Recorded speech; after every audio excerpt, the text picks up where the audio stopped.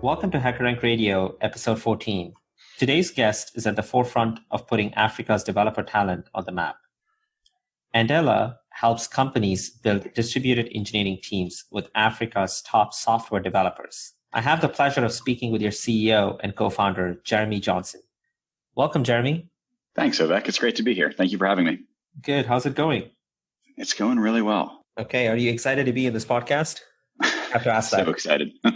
Of course. We're big HackerRank fans in general. That is good. By the way, for all the listeners, that was not planted. That was totally Jeremy. I gave a quick intro about Andela, but just like a couple of lines. Maybe would love to get an overview about you, about Andela. Maybe you can get started. Yeah, of course. So, my background has been in the technology space, essentially since college. After winning a business plan competition, dropped out of Princeton to start a company designed to try to facilitate the college admissions process for students from underrepresented high schools around the U.S. And that came out of growing up in Trenton, New Jersey, and being pulled between two worlds, between Trenton and Princeton growing up. And I've stayed in and around that space for most of my life in the education technology vertical. Co-founded a company called 2U after that, which we took public in 2014. And I was invited in the beginning of 2014 in January out to Nairobi to give a talk for the MasterCard Foundation. And that kicked off a series of conversations in large part around why there was so little business interaction between the tech ecosystems that were growing rapidly across the continent of Africa and the sort of more established and visible ones in the US, like, Silicon Valley and by that point, New York as well, and, rapidly expanding across the country. And so as that progressed and we started to dig in, we realized something that we thought was pretty profound, but also really simple. And that's that aptitude and cognitive ability are completely evenly distributed around the world. You've probably heard the phrase talent is evenly distributed. Opportunity is not. It's one that we've spent a lot of time trying to help the world see. And when you think about what's happened in the tech world over the past 5 to 10 years, you've seen a pretty significant shift towards comfort with not needing everyone to be in the same location. So distributed teams. Initially, it was remote and then moved to distributed. And if you believe that brilliance is evenly distributed and you believe that you can quantify the output of engineers and therefore are comfortable with distributed teams, all of a sudden, Africa becomes the most obvious thing in the world. It's the youngest, fastest growing continent on the planet. You have a very large English speaking population and you have a generation of young people that understand the impact technology can have and the smartest, most driven people wanting to be software developers. And that's a very different phenomenon and set of circumstances than you're going to find anywhere else in the world. And it's created, I think, a lot of the foundation for Andela's success, fast forward 5 years. That's a fascinating story. It's amazing. Like the reason why we started HackerRank was based on very similar thesis, which is what we call as skill over pedigree. What matters is, are you able to do the job versus which college did you go to or which company you worked at before? I think what matters is, do you have the skills to do the job or not? Yeah. So how did you maybe walk us through your early days? Did you have any connections in Africa? There were two separate streams that came together. One was that conference, and I was invited there by Christina Sass, our co-founder and longtime president. And I also had a friend and mentee who I'd gotten to know over a couple of years before this, who was a young Nigerian entrepreneur who reached out to me in the middle of my 2U days just to ask for feedback on his prior startup, which was essentially trying to build a MOOC platform, a massive open online course platform that was Africa focused. And I met him for the first time in New York. I was like, all right, this guy's awesome. I'm happy to help him with whatever I can. And so we became friends. And when I got back from that trip to Nairobi, he happened to be coming through New York and had decided that the company wasn't going to evolve in the way that he was hoping it would. And so wanted to figure out what he was going to do next and asked for advice. And we sat down and I pitched him on the notion of thinking a little bit differently about how you'd connect extraordinary talent and potential talent into the global tech ecosystem, leveraging a very high quality version of education technology. And he and his co-founders in the previous company were like, that sounds super interesting. Yeah, we'll give it a shot. And so, the four of them, me, Christina, decided to kick off a pilot. And there's 6 of us. And so it was a fascinating founding group because you have one large number of co-founders, but also 3 from Africa and 3 from North America. And I think that was actually a critical part of why Andela was able to find its footing on both continents early on. 2 people from Nigeria, 1 from Cameroon, 2 from the United States, and 1 from Canada. And so it was a diverse cast of characters. And we decided to pilot an experiment in Lagos in mid-2014, where we would see basically what would happen if you were to offer to pay people to become software developers or better software developers. And with no website, we ended up getting, literally through Twitter alone, 700 applicants for 4 spots. And we thought it was a fluke. It was like, what's going on here? So we decided to run it again. And this time we added in basic aptitude test. And this time around, still no website, looking for 20 people. We end up with 2,400 applicants. But what was even more interesting was the testing service we were working with at the time called us a couple days in, and they were like, "What are you guys doing?" It was almost frantic. And we said, what are you talking about? And they said, "We've never had so many people apply for a job. And 2 of those applicants, 42 are in the top 2% aptitude and problem solving of any people on the planet." Wow.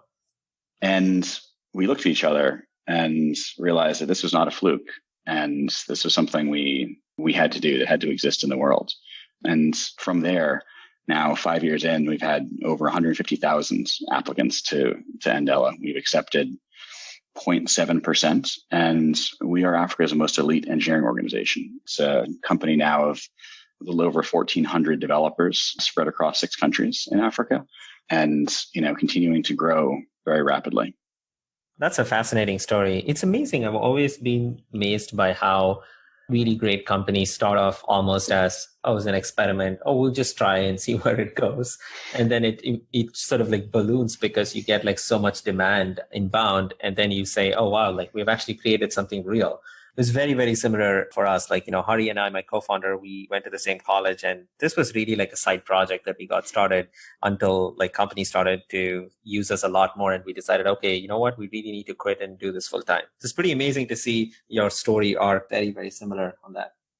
Yeah, it's the birth of many great things. And I think it actually speaks to one of the key advantages that startups have, is that you're just able to test things in ways that you wouldn't be able to in a much larger, more established organization, or that would just really structurally difficult.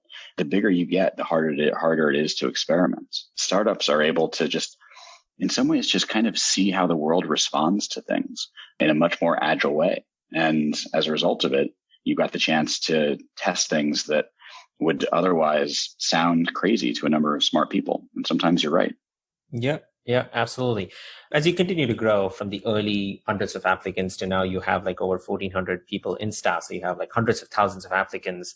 I'm assuming a lot of, maybe all of them, or like a majority of them don't have prior computer science background or coding skills. It's a bit more varied at this point. We don't require prior experience. We don't require college or high school degree, but there's a massive amount of self-selection. I think one of the things that the traditional tech world gets fundamentally wrong, and there are a few of these, but about Africa, is just how much existing talent there already is. In every major urban area across the continent, you have significant and growing tech ecosystems that are, yes, young, but they feel like New York in 2008. It is still very exciting and bustling, and there are cool things happening. And I feel like the world generally misses that. And so there is a lot of talent that doesn't have a way to show the world just how good they are, because the world doesn't have a good way of trying to look for and evaluate them.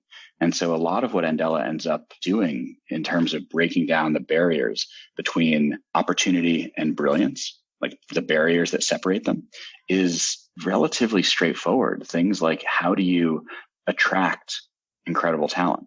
How do you then assess really effectively? How do you then help nurture that talent and then provide the kind of support and oversight that a global team needs to be able to scale effectively? Because building and managing distributed teams is hard.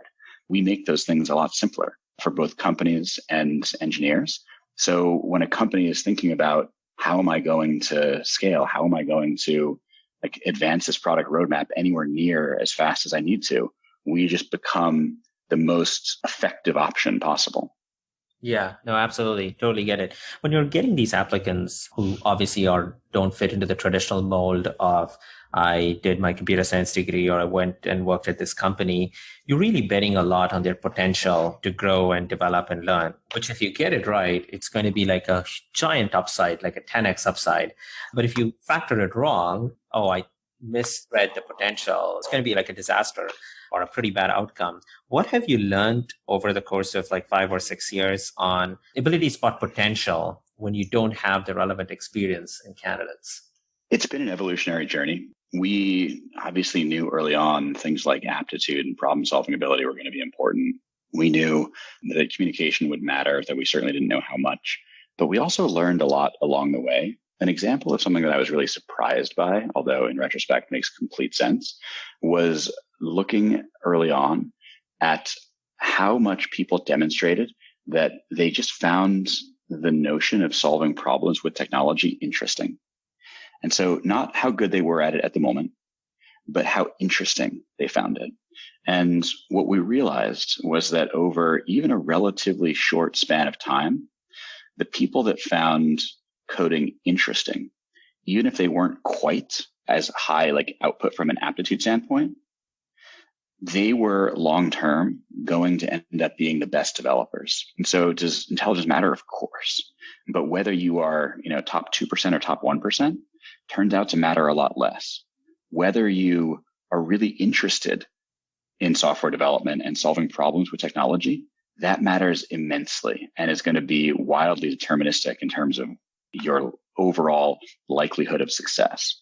Another thing that we found that I also was really surprised by, but in retrospect makes total sense, someone's ability to take feedback directly corresponds to their ability to learn.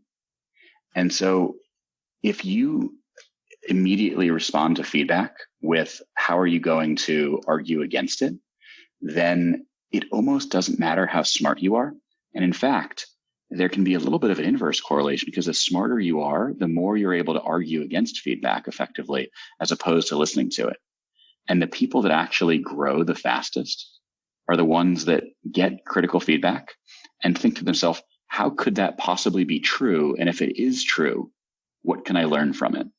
Like if you meet people like that, if you can identify those kind of people, they are the ones that are going to be able to leverage a learning experience to dramatically alter their career path and life. And it's just awesome to see. That is definitely pretty cool. So do you incorporate this part of understanding if they will respond well to feedback and others in your interview process? Have you added this into the rubric? We do in all sorts of ways. We now have over 60 different assessment criteria that we're looking at and measuring each in multiple ways. And so it started off as a very simple process and has become significantly more complex over time. Interesting. Maybe we can move to the other side, which is the companies. Can you talk to me about your first few customers? How did you convince them to say, hey, we have an amazing pool of software developers who we have vetted, who we have screened, they're working, and now you need to outsource your projects. There's going to be NDA, there's going to be all sorts of things, confidential code. There's probably a lot of challenges you might have faced until you got through you crossed the threshold of, okay, enough companies use us, now it's pretty common. Can you talk to me about your early days on the company side? How did you convince them?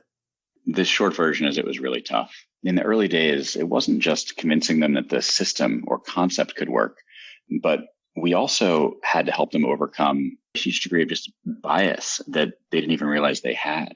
And so, for most people, I believe are inherently good. Most people want to be a force for positivity and positive change in the world. The challenge is most people also believe what they've seen. They believe something after they've seen it. And that means that if they haven't worked with a developer from Kenya before, they don't yet innately know that there are amazing developers in Kenya. And that is not them trying to be offensive. It's not them sort of trying to willfully deny it. It's just a human challenge. And so, I've talked to senior leaders at Microsoft, Facebook, Google, who have brought their leadership teams over to Africa. And this is in the past couple of years, almost all of them have for the first time brought their leadership teams there because it's such a rapidly growing, important continent for the world. And each of them have said that after that trip, the entire conversation changed. And it wasn't that the facts on the ground changed. It wasn't that the data changed. It was that we are all people and we believe what we've seen. And once they saw just how exciting the ecosystems were, it changed their perception and therefore what they were able to imagine about reality. And so for us, we've had to do that a lot over the years, is to change that perception. And in the beginning, the first companies were the ones that were generally the smallest and hungriest.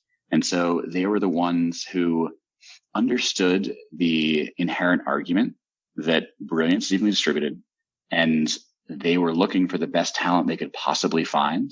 And they recognized that like top 2% talent in the US locally was getting basically just gobbled up by the Facebooks and Googles of the world, and that they weren't even close to being able to compete from a comp standpoint. And so they just felt trapped. And so they were the first ones to say, well, this sounds crazy, but I'll give it a try and see what happens. My friend's working with you and he says they're really effective and it's a good experience. So I trust him and let's see what happens. And so you saw these pockets forming around the country of CTOs who started working with us and then telling their friends, hey, actually, it's kind of great. Like I was skeptical at first, but this has been a way better experience than I anticipated. And I think that's also, to your comment earlier about like the common beginning of great things. Like, I think this is another one of those sort of universal truths, is that a few people realize something and they start to share it. And all of a sudden it's spread socially because it's a competitive advantage for those folks. They're able to leverage it in order to move faster. Yeah, no, absolutely. It's amazing. I got reminded of a quote from the CTO of Looker, who's actually one of our customers. Now, once he started using HackerRank, I finally see the candidates I wanted to see. It's very similar. Which is like once you experience something which you had like a prior bias to, and you see that working. I mean, like at some level, humans are all biased. Your bias shift towards, this actually is going to work. This is going to work pretty well. Yeah. Completely. Our brains play tricks on us. Yeah. So it's why it's so important to take a step back and really, again, take feedback and, ask hard questions, because we see the world through the lens of our own experiences and we only experience a very small chunk of the actual world. Yeah, no, absolutely. In terms of, we talked a little bit about it started off as like companies started building teams. Everyone should be located in the same place. And now people started to move towards, okay, I'm fine with a concept of remote engineering team. And now you're starting to see it distributed, which is I'm fine regardless of where you actually work, which place, which country. The most extreme example that I've come across on this aspect was GitLab. I was talking to Sid, the founder and CEO of GitLab. They are like about 400 to 500 people now, and he's planning to grow to about 1,000. And they don't have an office. It's completely distributed. Everything is on Zoom. And I don't know if you've seen the GitLab, the About Us, everything is so well documented. And it's amazing to see how you can actually build a 1,000-person company without an office. Do you think this is kind of an extreme version, or do you think like this is what it will be in the future, where like, you fast forward maybe like 10, 15 years, if you don't have a remote or distributed presence, you're going to be odd, versus as opposed to right now, if you have like a remote or distributed, you are probably in the minority. What do you think is going to happen? Yeah, I think this is one of those ones that feels really complex until you look at the trends and understand what's driving them. And then all of a sudden it becomes super clear. We've gone through a couple of bumps, I'd say, in the move towards comfort with distributed. And, there have been some high profile companies like Yahoo and IBM that started testing it and then pulled back. I see that in the same way that I see sort of the adoption of almost anything that is new and in retrospect looks obvious. We are moving towards a world where we're going to be able to have this conversation, but have it feel through either VR or AR like we're in the same room. And that world is not 50 years away. It's not even 20 years away. It's probably 10.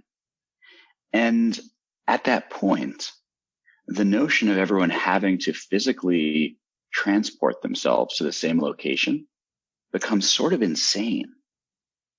And so I don't think it's going to, over the next 10 years, happen really rapidly. I think it's going to look an awful lot like, well, how'd you go broke, Mr. Gatsby? Well, very slowly and then very quickly. It's going to go very slowly. Every year, there'll be a couple % more companies that are moving towards distributed. And then it's going to just completely explode and become just obvious. And it's going to seem as if the world has just fundamentally changed, when in actuality, it was this slow move over time with companies like, yes, GitLab, but also InVision, also Automatic, the parent company of WordPress, that are, 400, 500, 600 person companies, bigger, Automatic now, that are entirely distributed and have been for a number of years. And people will look back and they won't seem so crazy anymore. They will seem like they were just ahead of the curve. And it's hard to catch up to that. If you can make it work, it's a superpower. Yeah, I think it's a question of timeline versus if it's going to happen. Exactly right. Yeah.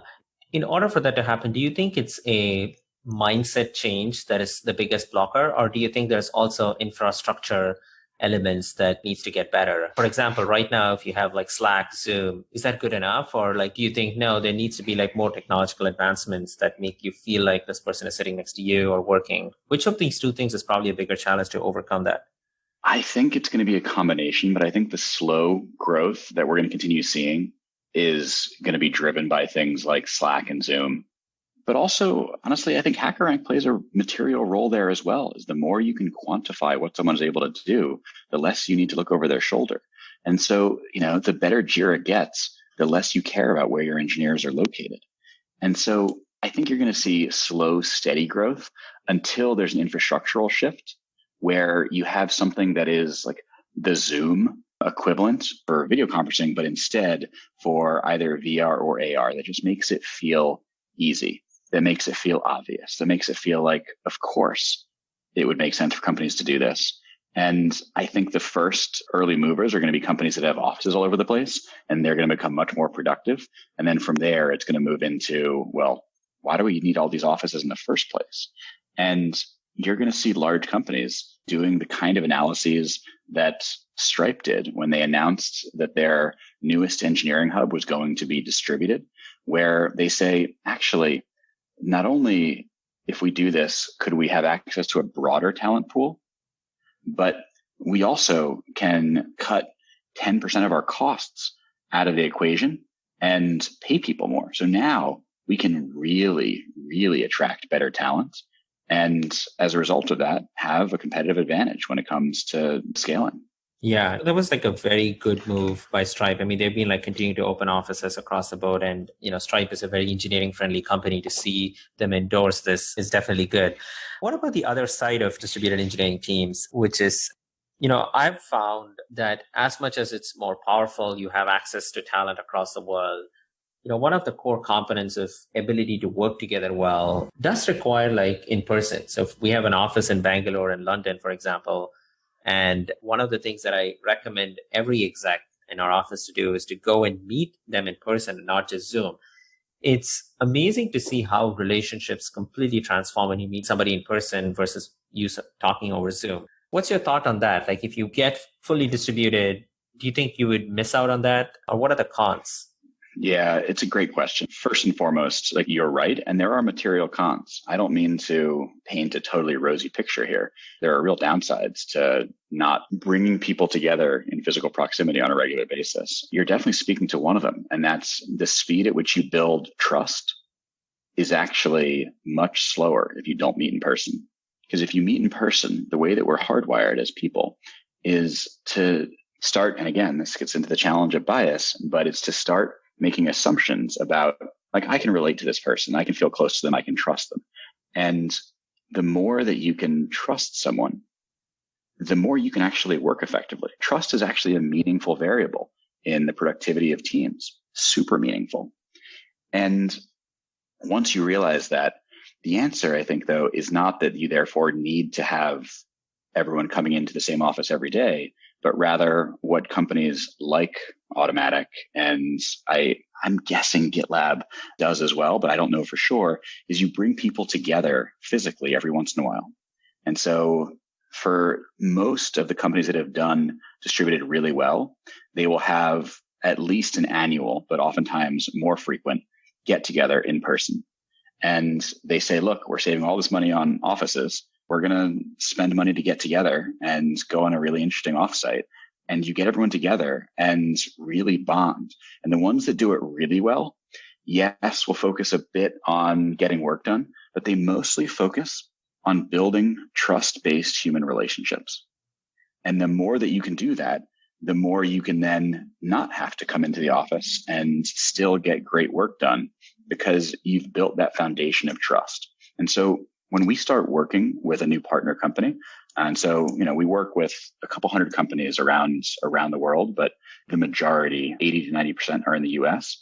And most of them are, as you can imagine, not fully distributed. And so when we start working with a new partner company, we actually subsidize the cost of the Andela engineers traveling to the headquarters of the company, whether that's New York or San Francisco or Austin or Salt Lake or London or Cape Town. And we do that because that in-person time for a couple weeks during onboarding is so useful for building trust and rapport, and it meaningfully improves the overall effectiveness of the team. Yeah. You do this across all companies whenever they have projects? Yeah, that's exactly right. It's less project based. When our engineers work with companies, it's typically for a year or two. And so it's a longer term kind of relationship. And therefore that trust is even more important. Got it. No, I fully agree. That's at the end of the day, every decision is going to be a trade-off on what you would like to do more than other. Nothing is perfect 100%, but it's good to see how you're actually building the trust by bringing people on site. There's another company in my YC batch. It's called Zapier. I think you might have probably heard about them. It's the know them well. Yeah, so they're also fully distributed, and he does an offsite definitely once a year, maybe twice a year, where he brings the entire company together. And I was asking, how do you fund this? They're bootstrapped, they're growing, and he had a really funny answer. He said hey, whatever you're spending on the office space, I just spend on bringing everybody together in the offsite. So yeah, definitely the trust factor or building a team bond is super important. All right. So we're probably towards the end of the podcast. You've been continuing to grow pretty well. You've also raised funding from pretty strong investors. What is next for Andela when you look maybe over the next 2 or 3 years? I know everybody asks, what do you want to do in 10 years? And it's super, super hard for me to answer that. Maybe in the next 2 or 3 years. That's a wise question. I think that we overestimate what we can do in a year as people, but we dramatically underestimate what's possible in 10. It's just so difficult to predict what's going to happen with compounding interest that far out. But 2 or 3 is reasonable. The core problem that Andela is trying to solve is the fact that it is fundamentally true that brilliance is evenly distributed around the world and opportunity isn't. And so that isn't just a challenge for people looking for opportunity. It's also a challenge for companies looking to hire. And so I see us as being very much sort of fellow travelers, actually, with HackerRank, working to break down the barriers that prevent brilliance and opportunity from finding one another. And real impact requires real scale. And so I anticipate that you're going to see us over the next couple of years, not just continuing to grow the sort of overall scale and impact of how we're operating and where we're operating, but also we're more and more building out the internal tools and data behind how do you make distributed teams work effectively. And a lot of folks, when they're coming to us, they're, yes, looking for talent and yes, understand why we are in somewhat of a unique position in terms of what we're able to offer. But they're also hearing, oh, and it just seems to work when you guys do it. People working with you just feel like, you know what, this is a thing I can manage. In some ways similar to, when you hear people talking about Zoom and they say, oh, it just seems to work. We want to lean into that as much as we possibly can. That's what our customers, our partners are asking for. And we believe that's the best way for us to break down the barriers that prevent brilliance and opportunity from connecting. Yeah, no, absolutely. Maybe you should use Andela's developers to build the tech infrastructure that you're dreaming of. That's exactly right. Yeah, awesome. Well, thank you, Jeremy, for taking time, and congrats on all the success. Super inspiring mission. Very inspiring to see what you've done, what you've grown, and you've completely changing the landscape of how companies think about talent, building teams.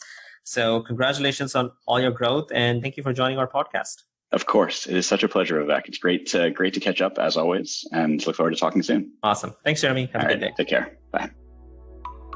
Thank you for tuning in. If you have any questions, tweet us at HackerRank.